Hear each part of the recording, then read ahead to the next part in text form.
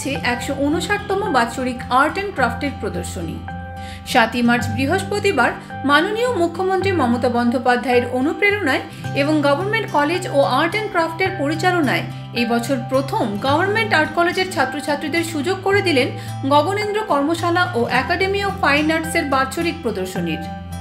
এই প্রদর্শনীর শুভ সূচনা করেন যোগেন চৌধুরী মহাশয়। প্রদর্শনীর শুভ সূচনা হয় 4 মার্চ বিকেল 5:30টায়। এই প্রদর্শনী চলবে 5 মার্চ থেকে 10 মার্চ পর্যন্ত এবং সকল শিল্প অনুরাগী ও দর্শকদের জন্য খোলা থাকবে প্রতিদিন দুপুর 2টো থেকে রাত্রি 8টা পর্যন্ত। প্রতি বছর এই প্রদর্শনী গভর্নমেন্ট কলেজে হলেও এই বছর সরকারের উদ্যোগে একটা আলাদা মাত্রা এনে দিয়েছে বলে জানান ছাত্রছাত্রীরা।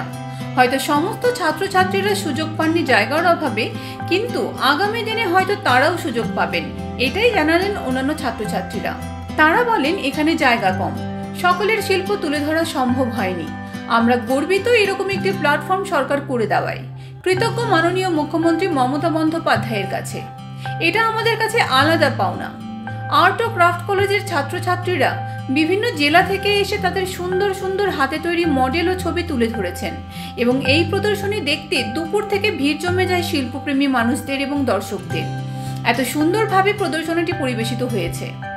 সমস্ত ছাত্রছাত্রীদের দুর্দান্ত হাতের কাজ সকলকেই মুগ্ধ করেছে। ছাত্রছাত্রীরা জানান এইভাবে সরকার যদি আরো বিভিন্ন জেলায় আমাদের সুযোগ করে দেন, আমরা আরো এগিয়ে যেতে পারবো এবং চিরকৃতজ্ঞ থাকবো সরকারের কাছে। কলকাতা থেকে সমরেশ রায়ের report, U Bangla TV. U Bangla TV, হৃদয় ছুঁয়ে যায়।